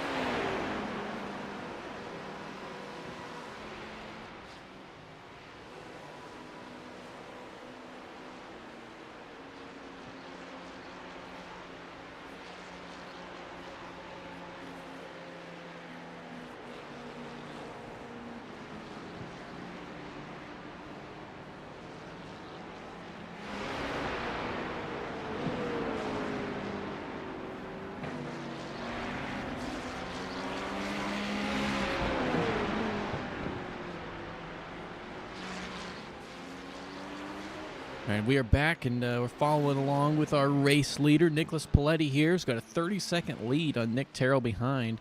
Meanwhile, Ken Huber also a strong lead in the GT3s, but it has to be said, Josh Doty's been running really fast in these last couple laps, set the fastest lap of the race a couple laps ago, and has cut into that lead a little bit, which I think was closer to 20 seconds a few minutes ago. So bringing it down a little bit, but a lot to go still if he wants to make that charge up to first place. Absolutely, Josh Doty making a push after the GTP runs right by him. He's following Aaron Clayball, not for position, but hoping to get a little bit of draft off of him to hold on to the gap that he currently resides over James Foreman, which looks to be about 4.5 seconds. And now 4.5 seconds might sound like a long time, but as we have seen in this race, anything can happen. So we know absolutely that Josh Doty is going to do everything in his power to extend that lead. Curry right now just 0.2 back from Leonardo Elijah. And they are, you can see up the road a little bit there's Philip Ranieri, who has gained the most positions of any driver in this race so far, up 10 spots, qualifying 22nd in the GT3s, and is now up to 12th. Has a bit of a gap, as you can see there, 16 seconds to Keith Williams ahead. But if he's able to maintain still, that would be a fantastic finishing position for him, given where he qualified in a very qualifying, in a race where qualifying had an elevated importance. Oh, it absolutely does. Because if you can get in front and if you can stay in front of the pack, then that's going to help you out, because there's a lot of action going on, a lot of off tracks going on. And as people go off track, they're going to lose time. So that will allow you to extend your gap. And as we are seeing Ryan Javon pass Andrew Hicks, he is doing everything he can to catch back up. So we see there Christopher Newby going off track in turn 9, Jesse Coffey going off track in turn 9. Let's see if Eric Bellata is it turn 9 as well. Sure enough, Eric Bellata also going off track in turn 9. I mean, I just can't imagine the incident counts that some of these drivers are at this point, but Eric Bellata going the widest of the three and losing a lot of time to just try to get back in and not accidentally drive into the pits. Loses the spot to Paul Boyle, too. That is one of the most dangerous spots that we have seen repetitively tonight in this race here at Willow Springs, is that final turn. A lot of off tracks, a lot of people going wide, and a lot of lost time just before they cross over to start their next lap. Philip Ranieri making moves on Todd Schneider, not for position, but just to extend his own makes gap. The move on Leonardo Elijah. Elijah going a little bit wide there, just a hair wide through turn 1, but enough for Curry to make his way through on Rabbit's Ear, sorry. Well, good enough. Rabbit's Ear, Bunny Ear. Same difference. Well, Curry's not going to try to step away after they had that close battle. Again, Leonardo Elijah, almost strange to not see him in the Mercedes. He's running that BMW there. Has been a Mercedes stalwart for a while. We usually see him in that car, but not using it here today. And I don't even know if I think I've seen anybody in it today. Yeah, it looks like the Mercedes is not the pick for this track. Like I said, we've seen a lot of Ferraris out. Seen a decent number of Porsches out, so it looks like that really is the pick of the day. Again, as much as we've mentioned Rick Hughes in the Ford GT, he was making great times in practice, but in the race he's come into some very interesting incidents, which has held him back to P20 for the GTD overall. I really wish he had better opportunities, because I wanted to see that thing flying, as I think he might be the only person driving the Ford GT. Oh, there's no question about that. That is definitely the case. A rare car to see out there, but a trooper to use it nonetheless. Absolutely, man. I love to see it, and he was really excited to see what could happen. Put in some really good practice times, in the session within the last 2 or 3 days. So really, we'll see. I mean, there's a lot of race left. Anything can happen. He might be able to make up a few positions, maybe hit up to P16 or 15, depending on what happens through the field as they go. So we're gonna definitely still be watching him, even though he is back in the field. Nathan Westland has caught up quite a bit to Travis Rowe here over the last couple laps. Was slightly slower there in that first sector, but sector 2 last lap was a whole 1.2 seconds faster. I doubt we'll see it that much of an improvement here as they're now just 0.8 apart. But Nathan Westland's certainly challenging to get into the top 4 here. Nick Terrell going into the pits now, and he has trouble going into the pits. It looks like he almost came to a complete stop just to slow down the car enough before that line so he didn't get a penalty.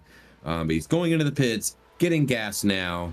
And, you know, looking at the GTP class, it is this is one of the widest spreads we've had all season. Yeah, definitely less close battles late, and there's still 25 minutes to go, so things can happen. But the GT3s have completed their, well, most of the GT3s have completed their pit stops. There's still a couple that are outliers, like Kevin Berquist, who I believe still, oh, he just made his second stop. So Kevin Berquist has made his second stop, and I think everybody's good to go to the end now. It'd be good to go to the end, unless we see some incidents where they have to go in for repairs. And if they do that, I imagine they will also potentially top up the gas tank, at least take a set of tires, unless they were fresh out of the pits. Yeah, right now, Nathan Westland dropping back again. So had gotten close to Travis Rowe, but not really able to make the attack happen, and settling back to about a second gap as Rowe pulls away during this lap. But Jesse Coffey looks like, yeah, Jesse Coffey's had an incident. Is it turn 9? It's not turn 9, but it is the exit of Budweiser balcony, the other common incident area we've seen. So no damage, but we've seen a lot of action on that turn, and he definitely lost some time off of it. And we haven't really seen any damage from people going off track, just because there's so much runoff area before you ever get close to a wall. But it's not so much about the damage, it's about the time that you lose when you go off track. And that's been happening the entire race. Yeah, we've seen just one guy hit the wall so far in this race, and that's a pretty exceptional circumstance. But Lino and Elijah trying to get that spot back from Richard Curry. Curry going quite wide there, staying on track, but now down to 2/10 of a second gap between the two as they head into the final 2 corners. Trying to go on the outside, Elijah. Leonardo Elijah really putting it in. He's giving it everything he's got, staying wide, which means he's going to have more momentum. Might not be able to make the pass now, but coming into the straightaway, he might have more momentum to catch the draft and make the pass happen as he goes into turn 1. Let's see what happens. He's going in. Oh, wait, never mind. I thought he was. Looks like the window was not quite open. He's going to have to wait. It dipped into the sand in turn 9, I think just enough to slow down his progress to the driver in front. Now, the 2 cars behind, not for position. So that is Kevin Berquist, and I couldn't quite catch who the other driver was, but 2 drivers who are not for position here in this battle. They're at least trying to hang on to that draft and hold on to the position that they do have and take any advantage from what happens from these 2 guys who are giving it everything. If they slip up in one little bit, that takes advantage for Kevin Berquist and actually, I believe that's Josh Doty. Doty behind him, yes, to move in front of them, and they're not going to take position on that, but they will be able to get closer to who they are actually trying to catch up to. This downhill left-hander being a struggle for a lot of these drivers. Seems like an extra struggle for a lot of the BMWs, but that was a rather graceful recovery of what could have been a total spin there. Absolutely. And also not a lot of BMWs racing today. We've seen BMWs being driven by a great amount of the field in this season so far. I think this track is really determinant on which vehicles they've driven, and like I said before, what we've seen is very Porsche and Ferrari heavy. Eric Bellata has been battling with Paul Boyle this entire race. They've both had some off-track incidents that have brought them close to each other again as they both dip a couple tires out, although I'm sure that is fully legal. But Bellata trying to get a send down into turn 1s. They're both in the same car and both very strong drivers. I don't think there was anything happening on this corner, but Bellata's close enough to take advantage of any little misstep that Paul Boyle may make coming up here. Yeah, you know, Paul Boyle is a very aggressive driver, but he's also a very clean driver. So when he makes a mistake, we know that he feels that through his bones, and he's going to try to not make that mistake again. He's usually got a great racing line. He's just coming to some grip problems in the past, so he's doing everything he can right now to take position, to take advantage, and make a pass happen. Kevin Berquist with a couple incidents here. Going off track, not a huge amount of lost time. But yeah, turn 9 as usual. But that's not the spot you want to go out for sure, because, I mean, you can do it a little bit there. We see a lot of the grass kicked up and keep up your speed, but lose a lot of speed down the straight when you do it that early in the corner. I imagine he lost at least 20 or 30 miles an hour and probably a good 3 seconds worth of track time. So that was going to be a big hit. Even if he's just slightly off track, Nathan Westland doing the exact same thing as we have seen many times here today. Turn 9 has been the devil in the dirt, as we have noticed. And Westland was really close to Travis Rowe before that incident there. Now it's a whole 4.5 seconds back. We nearly saw him try to take that position a couple laps ago, and then has put him at a severe disadvantage with about 20 minutes to go in this race. And clearly the tire's hurting on that car. Absolutely. Speaking of 20 minutes to go in this race, as I mentioned before we started the race, I was really hoping to have a guest speaker in Jeremiah Burton from Donut Media. If any of you are familiar with Donut Media, they do all things racing, all things cars, and all socials. And he did say that he was willing to come in and stop by and talk about Willow Springs. They use Willow Springs personally as a test track for all kinds of stuff and all kinds of cars, as anybody who is familiar with them knows. Have not seen him pop into the waiting room yet, but he is invited, and if he said no promises, but he will try to make it out. So we will hopefully see him within the next 20 to 30 minutes. Even with driver interviews, we will see. Nick Terrell here, one of the only GTP battles that we've had all race now. Brewing, as he's 6/10, 7/10 back from Ryan Jeevan, trying to get to that second place spot again. Nick Terrell has already made his pit stop on lap 58. I think Ryan Jeevan's still with another pit stop to make, so this doesn't really mean it's for position, but it's just nice to actually see some racing on track between these two cars. Yeah, it won't last long due to pits, but I know Nick Terrell he's always giving it 105, 110%. You know, he's always trying to take position where he can. One of the most aggressive drivers we have on track, and he's really showing it here today. So once Jeevan takes that pit, we'll see how close he really is to Paletti. But he's still going to have a big race ahead of him to catch up and try and take P1. I would love to know, you know, where the race would be for Nick Terrell if he hadn't had to start from the back of the field for whatever issue that he had to fix right before the race started, because he basically had, you know, began this race with a 50 second handicap, and that's almost an entire lap for the GTPs. This lap is just barely over a minute, so he was basically one lap down when we started the race. That is an incredible fact, because he missed the start, so he came out in the back, and he is already back up in P3. We all know Paul Skip is out of the race, so, you know, Paul Skip's P4, he's P3, but that does not discredit the fact that he is on his bumper, on the bumper of Ryan Jeevan right now, trying to take that P2 spot, and that comes from all the way back. Ryan Jeevan off track. Nick Terrell going to take position. Wow, look at that. Oh my gosh. Yeah, good capitalization on you couldn't make it happen in the previous turn. I think he saw the opportunity, and then it closed with the traffic just getting in his way a little bit, but there tides swung the other way for him, and he's now able to start pulling away. He's already got a second and a half on Ryan Jeevan. Clearly had the pace, just needed to make the move happen. Yeah, and that off track for Jeevan, that's going to hurt him a lot. That probably took a good 3 seconds off of his overall pace for that lap. So he's going to have a big struggle to try and catch up. Looks like he's going into the pits actually now, as that is probably the most safe move he can make since the pass has already been made. Go in, get them tires, get that gas, get back out, full throttle, and try and at least catch up. Eric Blada unable to make that move. Looked like he had it for sure. down the inside, but a wonderful defense by Paul Boyle there through Castro Corner and Rabbit's Ear to maintain position. He's getting attacked again, but nothing of any stoutness. I think it was just a bit of filling up the mirrors for Eric Bellata. But Bellata has the pace to try to make something happen. But Paul Boyle, one of the best defenders, and as he disappears. So that's the ultimate defense, is not even being visible. Well, that much is true. We all know that once you disappear, you never know where it's going to come back.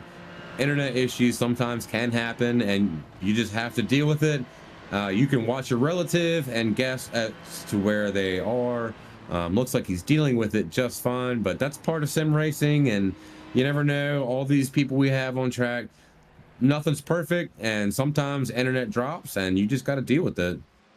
I am a little surprised that we haven't seen, I don't think, any drive-throughs yet. I mean, surely the off-track's piling up, and we've seen no shortage of going off track here late, but maybe just the lack of collisions, because we haven't seen drivers really colliding with each other very often. Maybe the minimization of that is helping them not kind of stack up those points too quickly. Yeah, that, and also they're not hitting the wall because the wall is so far away from the track. They really have to be straight up full throttle to actually hit that wall. So a lot of them have been able to go off track, lose some time, but collect themselves, get back on track without any damage. And I won't say actually any damage, because the off track is pretty bumpy, and you do have an opportunity, or I'll say iRacing has an opportunity to steal a bumper from you, to give you a little bit of that undercarriage rumble, and that will affect your aero. Nicholas Paletti coming into the pits for his second pit stop, and we'll see the gap when he comes out. It does seem like it is going to be a rather large gap, considering this is a very short splash and dash that he'll be making here. I'm not even sure if he took tires here in this pit stop, as we can flip over and see he's flat on the ground. So yeah, no tires for Nick Paletti as he makes his way through his last 15 minutes, and only a 7-second pit stop as he's a whole minute ahead of Nick Terrell. Yeah, he's got nearly an entire track worth of space.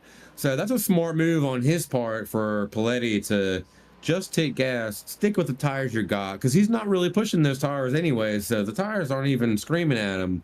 He might as well just stick with it, do the final laps, get through the rest of the session, and hold on. Even if he goes a little slow, he's got a lot of time. And I can say the exact same thing about Ken Huber, currently still P1. He took pole today, still P1, about 21 and a half seconds over the time on Josh Doty. So he could also perform a similar maneuver and not really sweat about collecting P1 today. Yeah, we saw Josh Doty at one point bringing that gap down to, 15, 14 seconds, somewhere around that mark, and had been putting in some of the fast laps on the track. It seems like that maybe has come back to bite him a little bit. And not only has he, fallen back to, like you said, 21 and a half, now growing up to 22 seconds to Ken Huber, but that gap to James Foreman behind is flirting with the under 3 second mark. And James Foreman being in B class, this is a fantastic performance for him here in third, with his next competitor, Nathan Westland, a couple spots behind. Oh man, I mean, we know Nathan Westland's trying his best to catch up, but James Foreman's doing everything he can to make a name for himself. Imagine seeing a B class driver take P1 in the D class over an A class driver. I mean, we're not going to see that today with the gap that Ken Huber has, but if he can make a move on Josh Doty and take that P2 spot for the overall GTD, he's really making an impression. He's really trying. So that's impressive if he can make it happen. Yeah, B class winner, winning the overall has happened in the past. I can think of a few examples. I think Zach Nurnberger's done it both in O4A and in E4A with the LMP3s, where he won overall races from the B class. I believe Jeff McDonald, no, that would have been at Silverstone for O4A and Daytona for E4A, and I believe Jeff McDonald did it at Fuji for E4A, or maybe he just got pole, but I know he finished well in that race. So it's been done only a handful of times in the past. Yeah, we got Fuji coming up, so hopefully those memories of Fuji are not nightmares. And they can get back on it and prepare for that race itself. Is that next week or the week after? I can't quite remember. Yeah, I think it's next week. Fuji is next week, and it is going to be a total change of scenery, not in just location, but in track design as well. I mean, there's plenty of sweeper corners to Fuji, but the the width of the track is going to be a bit of a stark opposite to what they're dealing with here today in Willow Springs. Well, I think they might be a little happy about that. This is a real shakedown track. A lot of action tonight. A lot more action that we are currently used to. So you and I, Zach, are on our toes right now, just to keep a hold of everything that's going on. Still a lot of fighting going on. Still a lot of holding on to position and saving tires, but you know, there's still about 11 minutes of racing to happen, and as we have quickly found out, anything can happen. So we're sure to see some more action here. And we've only lost 4 drivers from this race as well, as we're coming up on the end here. So only Zach Nurnberger, Christopher Craig, Adri Garcia, and Paul Skip, the only DNFs of this race so far. Everybody else still hanging in there, and most people still within, touch of another position as well. Absolutely. And it's a shock to see Nurnberger out of the race. He's usually at least top midfield contender, if not better than that. It's just the track, I imagine, and whatever incident he found. Well, we saw him collide with Kevin Berquist at the start of the race, and was that one. Yeah, really threw off his strategy. I think probably eliminating his chance to pit within the pit window. Indeed, that was a crucial wreck. Speaking of Kevin Berquist, I'm currently watching him. He's following Rick Hughes in that GT40. That manual GT40, and they are racing for position. He's not far behind, but I don't think he quite has the window open yet, but I know he's going to be looking for any opportunity to make a move on Rick. I know Rick's got that thing pretty dialed in, but as we've seen, it didn't prove to be quite as fast as he might have thought. Yeah, it doesn't look fast in too many people's hands, that's for sure. I will give him the benefit of the doubt, though. I mean, he was putting in sub 114s in practice on the league setup, which is right in line with the times that we should be seeing for practice and qualifying. However, he is doing it fully manual, which I don't know if that's helping or hurting him. However, either way, he is sitting towards the back of the pack. He's got a few people behind him, so he's made some position, but I think he would hope to be in a better position. Kevin Berquist hoping to make a pass on him, but yeah, he's so got to make it far here as he goes off track. Nope. Off track for Rick Hughes, and an easy pass for Kevin Berquist there in turn 9. Rick Hughes, or Tony Watson, was the one going into the pit lane there as well. Yeah. Speaking on lap times, though, only 2 drivers in this GT3 field able to break into the 112s. It's been a long time since we've seen that happen.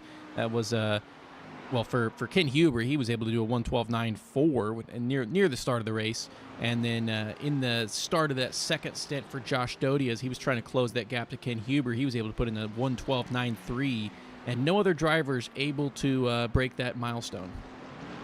Yeah, it's an impressive milestone to achieve, so I give all praise for anyone who gets even close to it. Jack Lucas making a move, not for position, but he's making a move on Hicks. He is approaching Christopher Newby, which will be for position, trying to get around Hicks. He made that happen, and now all he's got to do is catch up to Hicks to try and make something happen. Not a lot of time left, so he's got to make it happen now. Yeah, we've seen Jack Lucas trying to get that battle on with Christopher Newby for the last few laps here. Hasn't made anything happen, stayed around that 1 second mark, certainly within touch, but not to actually make a move happen. These 2 drivers also, not just for this last little bit, but virtually for this entire race, have been interlocked. Obviously, looking at Paul Boyle still defending his position against Eric Bellata. Again, not a window open, but he's still sniffing. Look at off track for Nathan Westland. Again, turn 9, like we have seen all day. Looks like them tires are letting go. Yeah, these are the two drivers that are behind him in position, although it's another 5 seconds for Boyle to catch up to that spot for Nathan Westland. So as long as he doesn't make too many more mistakes, Nathan Westland should be safe there in that fifth place spot. Again, the B-class driver that won both of the previous two races comes out of here potentially with another podium, and it would be a good string of performances for the third place guy. He would love that. I know that's for sure. You know, they still have Richard Curie in between them that they need to get around. So once he catches up, he's still going to have to take probably a lap or two just to make position on Curie to get himself in a position to even approach Westland. So Westland might be in a good spot to hold his position for the remainder of this race, as we only have about 6 minutes and 20 seconds to go. So they're going to have to start making moves here real quick if they want to do anything else. Yeah, there are some definite battle or championship battle implications that are being shaken out here today. Again, Ken Huber was already leading by Eric Bellata, but Bellata was able to kind of stay into it because he was getting a podium in every single race so far this season. That streak looks like it's going to end here today, and Ken Huber is going to be able to extend that lead even more.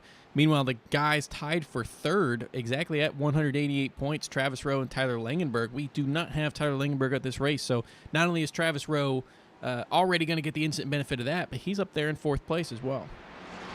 Wow, I mean, it's going to take effect if you miss a race. That's a lot of points that you're missing out, and you're giving these other guys a great opportunity to take advantage and get ahead of you in the championship season. And currently looking at the GTPs, man, this is the widest intervals we have, I think, ever had, at least in this season that I have been commentating on. We got 31 seconds between Nicholas Paletti and Nick Terrell, and another 30.1 seconds between Nick Terrell and Ryan Jeevan. So it looks like as long as they do everything okay, they are going to hold their position for the end of the race, which is exactly 5 minutes from now. Paul Skip still out. A lot of shakeup, a lot of gap.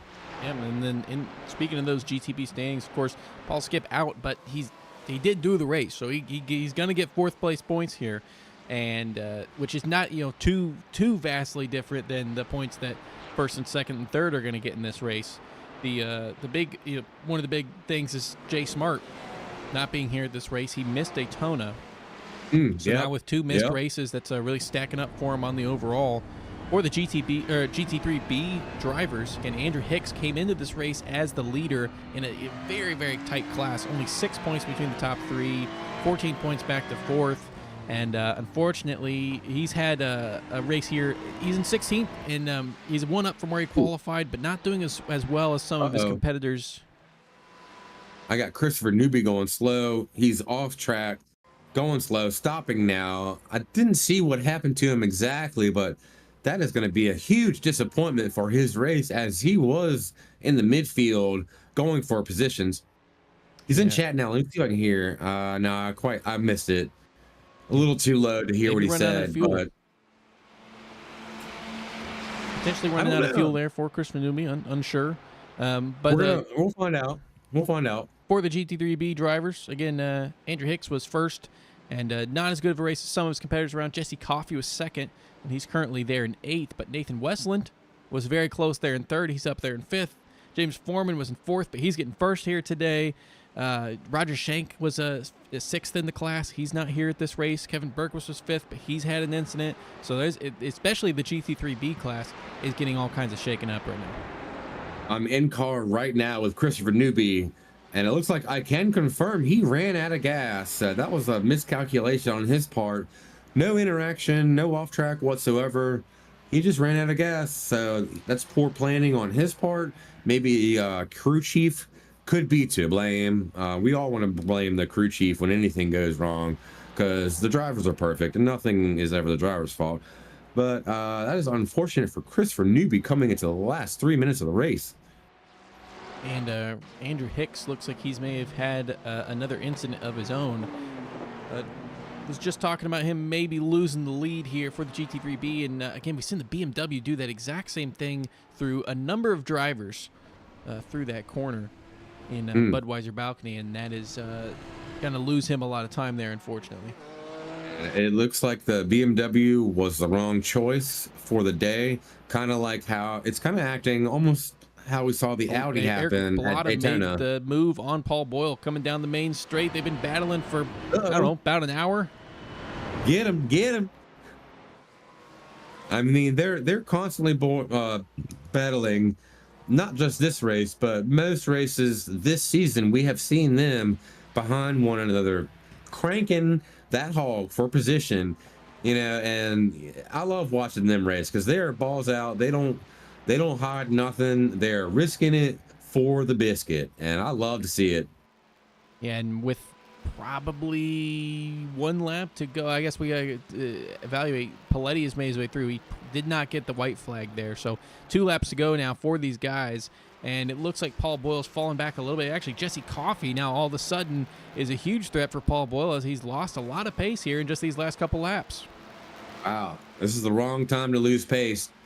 But we've all seen this track heat up, and these tires have been relentless, and they don't have quite the grip you need to push like you want to. So, 1 lap to go. Anything can still happen. Was 20 degrees Celsius thereabouts at the start of the race, so around 60 degrees. We're now up to 100 degrees Fahrenheit, 35 degrees Celsius on the track. So it has been a large increase of temperature, and I think maybe drivers who pit a little bit early didn't exactly, they potentially didn't account for that kind of affecting this second stint longevity. Absolutely. Tony Watson maybe taking advantage on that pit lane strategy as he tries to make a move on Rick Hughes. And as far as I know, Tony Watson made his pit after Rick Hughes. Oh, never mind. He's going off track. Tony Watson pit lap 36 and Rick Hughes lap 42. Oh, okay. So never mind. It's completely backwards from where I thought. And that might be the reason why Tony Watson has gone off track in not the last lap, but the preliminary last lap. Rick Hughes still holding on. He's just driving for position, trying to collect those points, knowing that couldn't quite be competitive. And he's got Nick Terrell going around him right now. And we see Aaron Clayball behind him, but not for position. So they're all 3 of them just racing their race. I think they're going to stay where they're at to finish it out. Jesse Coffey's last big opportunity was right there, down into Castle Corner for the last time as Nicholas Paletti coming across the line gets himself a victory in a very tough fought race. This was one of the most stressful and difficult races, especially for the GTPs, but he has now come across the line in first place, wins by a good 20 or so seconds ahead of Nick Terrell. Josh Doty on a separate lap from Ken Huber has secured the second place, with James Foreman winning GT3B there in 3rd place. We wait for some more of the guys to finish. Ken Huber is our leader for the GT3 class, and he's already secured first because it doesn't. Josh Doty's race is done, so it doesn't matter what happens to Ken Huber on this lap. Indeed, James Foreman clinching that P1 spot for the B class in the GTDs. He's been running there all day. Nathan Westland couldn't quite catch up to him, but they will both be happy with the P1 and P2. Man, I'll tell you, for this being the first time we're running here, I don't think it's the last, because we had a lot of excitement, a lot of moves being made, a lot of off tracks. Turn 9 especially, we're gonna have to put a whole camera crew on turn 9 to watch the action next season. As we have some of the last couple drivers crossing the line. That was Ken Huber there getting the victory there in his Lamborghini, 22 seconds ahead of Josh Doty. Andrew Hicks crossing the line here, and that is all of the racers finished. So let's look at our official results for the race today. In GTP class, once again, Nicholas Paletti takes P1 as the winner from Dove Squad Racing Team, and P2 from Pony Express. Nick Terrell, 21.655 seconds behind him. Ryan Javon coming up behind, a few laps down, but still clenching that P3. Paul Skip, as we know, ran into some issues and was out of the race 44 laps prior. So he's not happy about that, but that will finish out our GTP class finish. Yeah, congratulations to Paletti there, getting his first win on the season. A couple podiums to his name so far, but not able to get to that top step. Looking at our GTD class overall, Ken Huber coming in first for the A class, which is his fourth win out of 5 races. He's got 4 poles, he's got 4 wins. Josh Doty in second place, which is his first podium of the season. James Foreman there in third overall and first for the B class. That is his first win on the season, now making 4 different winners for GTDB, which has not only been a competitive but a very close class after his couple podiums already this season. Travis Rowe and Nathan Westland round out the top 5. Eric Bellata and Paul Boyle, Jesse Coffey and Jack Lucas, and Keith Williams round out our top 10. And following them, Philip Ranieri, Leonardo Elijah, Richard Curry, and Eric Claybaugh. Andrew Hicks, Greg Holland, Kevin Berquist, Rick Hughes, Tony Watson, and Christopher Newby. And Todd Schneider, AJ Garcia, Christopher Craig, and Zach Nurnberger. And unfortunately, Zach Nurnberger did not finish the race. That's the first time for him this season not finishing the race.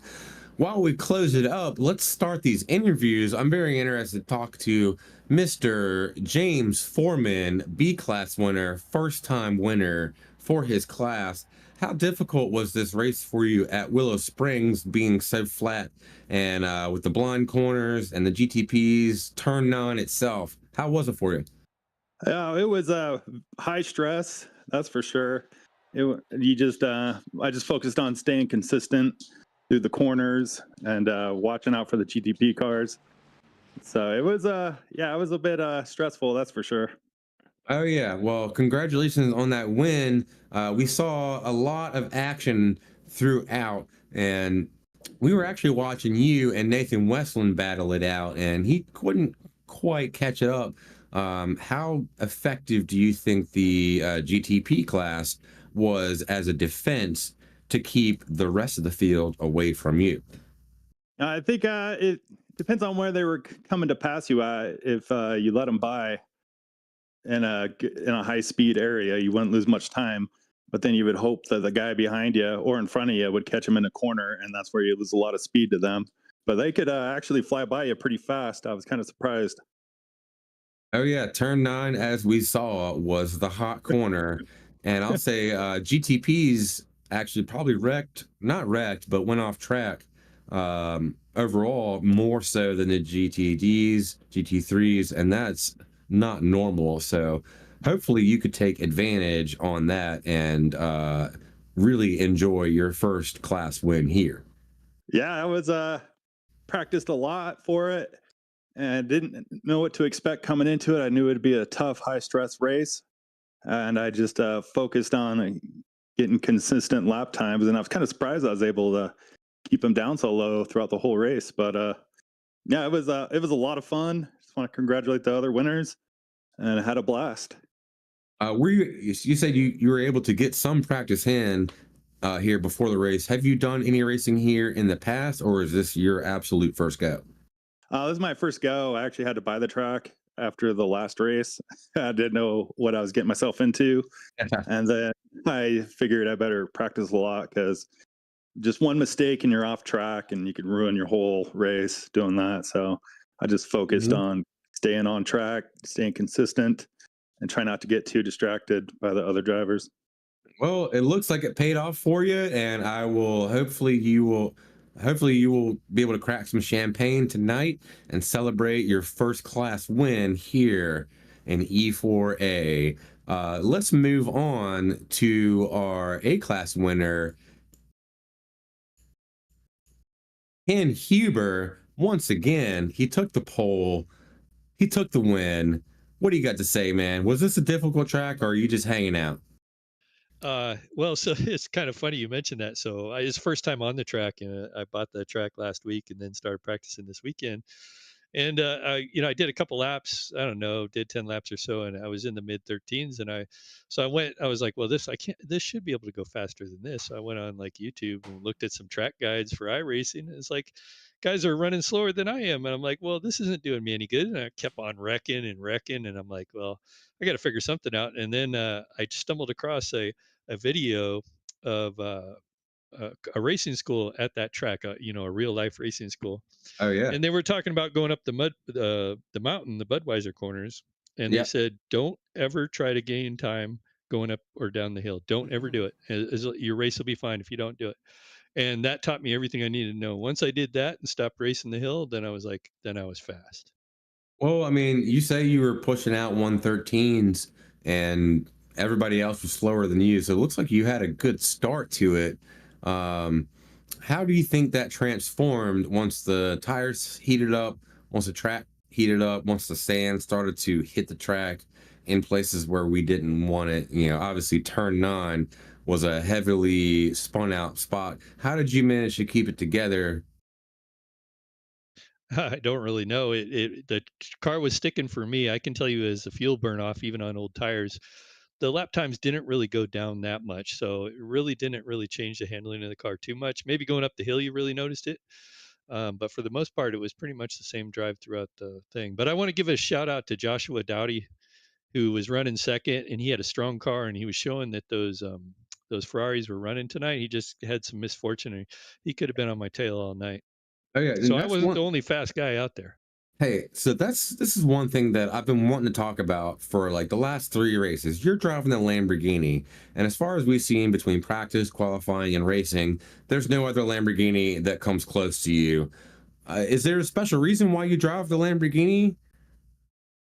No reason. It's just what I picked for the season. And I will tell you this: for me, sticking with the same car just teaches me how to utilize that car the best, right? So if I'm switching around cars, kind of gets hard to figure out, how to drive a certain car good all the time. And I think that's really what the key is.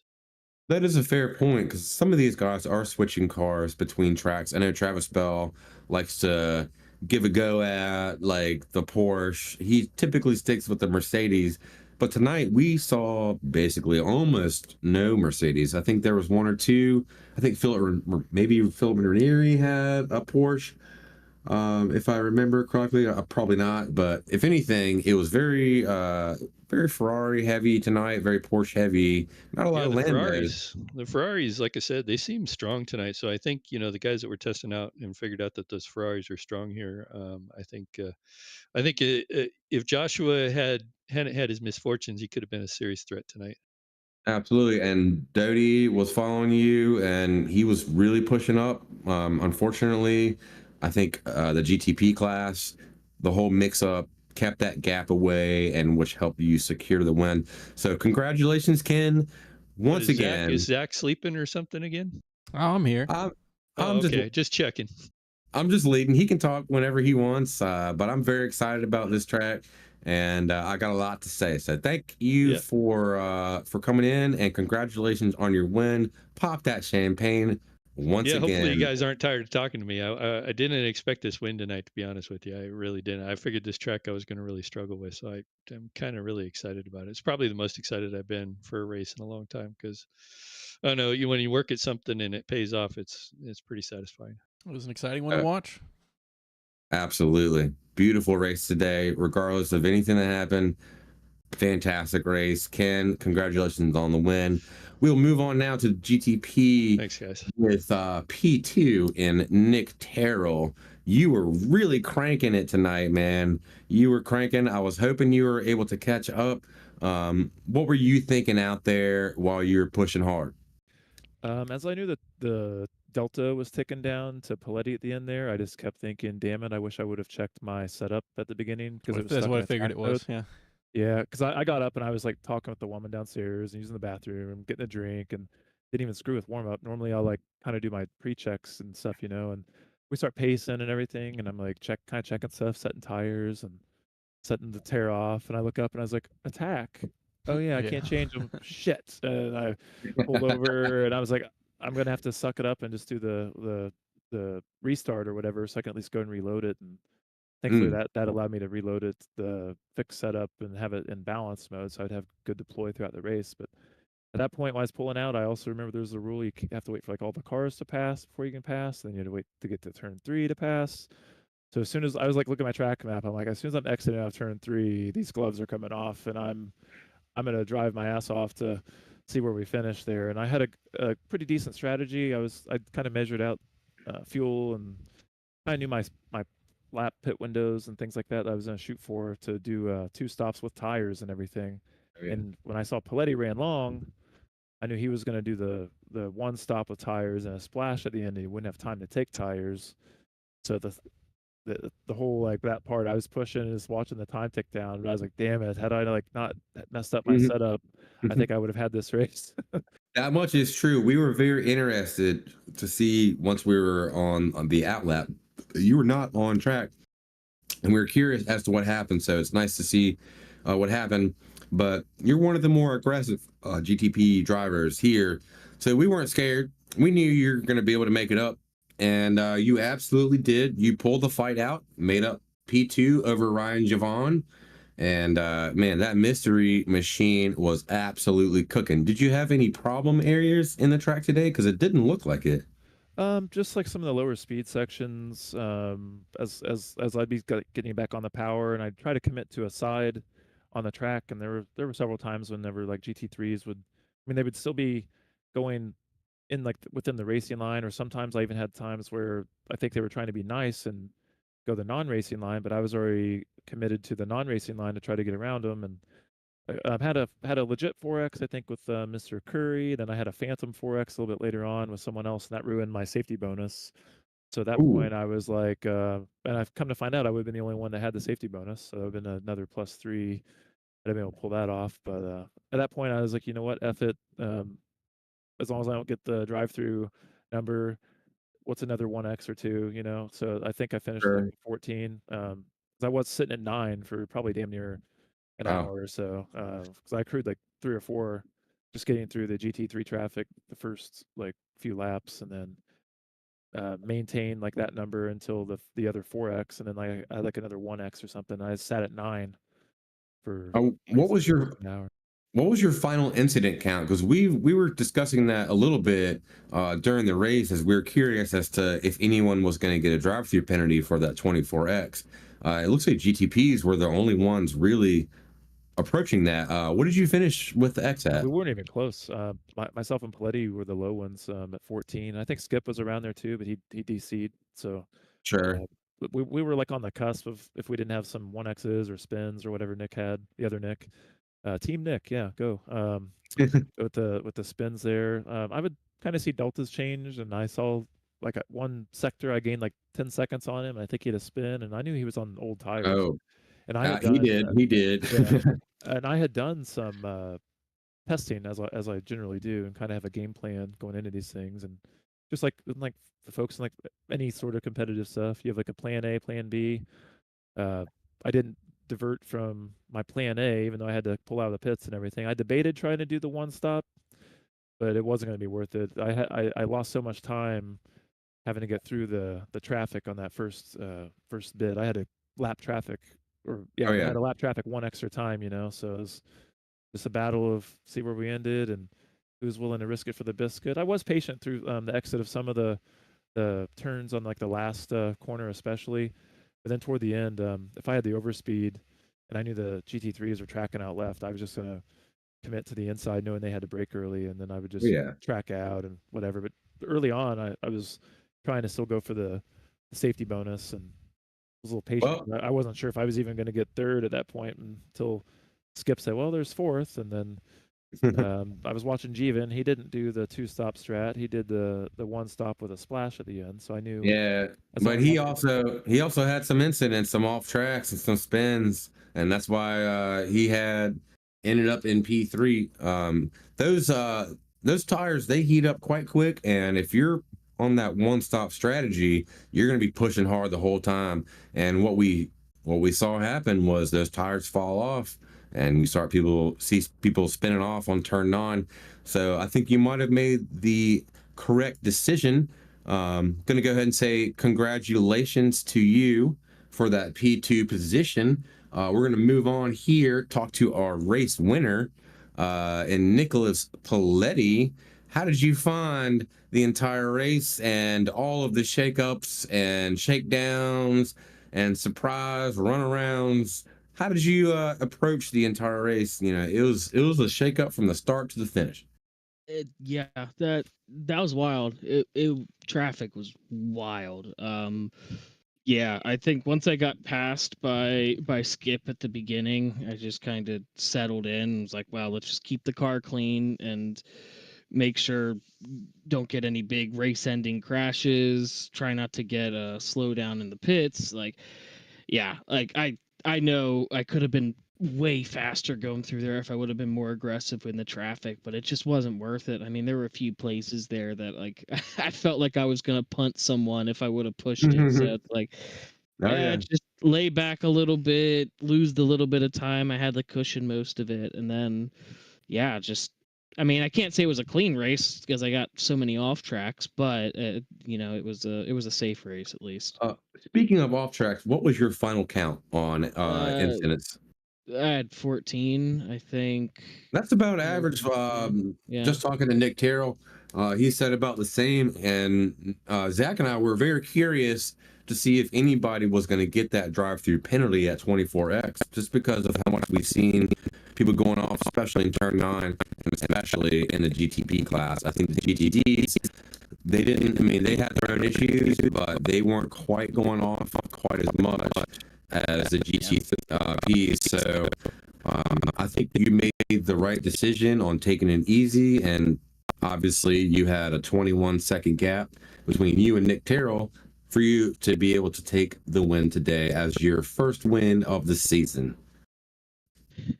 Yeah, I mean, you almost had to, if you wanted to pass GT3s, you had to take incident points. I think those first couple laps we went through, I mean, it was either I was gonna punt someone or I was gonna, you know, go off in the grass a little or the sand a little bit, and I took the X rather than the than the crash. But I think we only had 3 guys with drive-throughs, so wasn't terrible. But yeah, the traffic was nuts, and I'm glad to get a win, and I think this is my first GTP win. Yeah, because I didn't win any last season. I haven't won any this far, so it's good to finally get a good result in.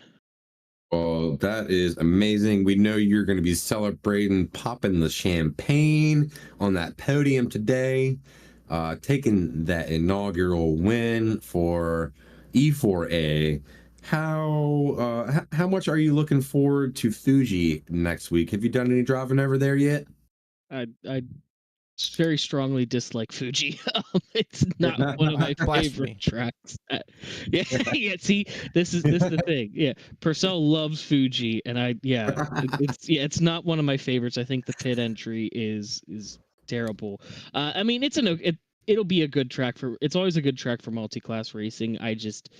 It's not one of my favorites. I'm sure we'll have some. I think it'll be better than this week because it's a more traditional track. But I also think that means I don't think I'm gonna be as far up to the front because it tends to be when you get these wild card tracks. Those are my best shots of scooping something away from Skip or Terrell. Ooh, So I yeah. think at one of those more traditional tracks where everyone has laps in, it's I think it's going to be harder for me to be Okay. competitive, but we'll Okay. see. I mean, still always fun driving these cars. I really wish we could get a bigger GTP class, but I personally I think these cars are so much fun to drive. So still looking Hey, forward to the race. hey, I think you are the only one that is saying that, and that is because you are driving the GTP class. I don't think anyone in the GT3s is asking for any more GTPs on the field, and we all know why. And that's totally fun. So you took advantage today on a kind of a shake-up track, kind of a wild card track that not a lot of people have experience on, and you made it happen. You took that W, and that is awesome. That is impressive. I will say, if you want to make something happen in Fuji, you better start tonight. Get on Yeah, that track, pretty much. make some practice happen. You got the points in today. I would say get after it, buddy, because you've been looking good. You've been looking up top, and been putting pressure on Nick Terrell and Paul Skip. You just haven't been able to make it happen until today. So keep on that train. Enjoy your win, and we are going to see you at the top of the track in Fuji next week. Yeah, thanks guys very much. Great broadcast. Always enjoy it, and have a good rest of your night. Yep. Unfortunately, Jeremiah Burton did not show up. I wasn't fully expecting him to show up from Donut Media. The option was open. We'll talk to him. Hopefully, maybe get something happen. If not, it was nice to have the opportunity since they always use Willow Springs as their test track for a lot of the media they put up. So really hoping to have them out today. It didn't happen, but doesn't mean we're not going to have a great race next week at Fuji. Yep. So again, if you're looking for more E4A racing, see us here at the exact same time next week for Fuji International Speedway, where we'll get another race with these cars and see who comes out on top. So have a good night, everyone.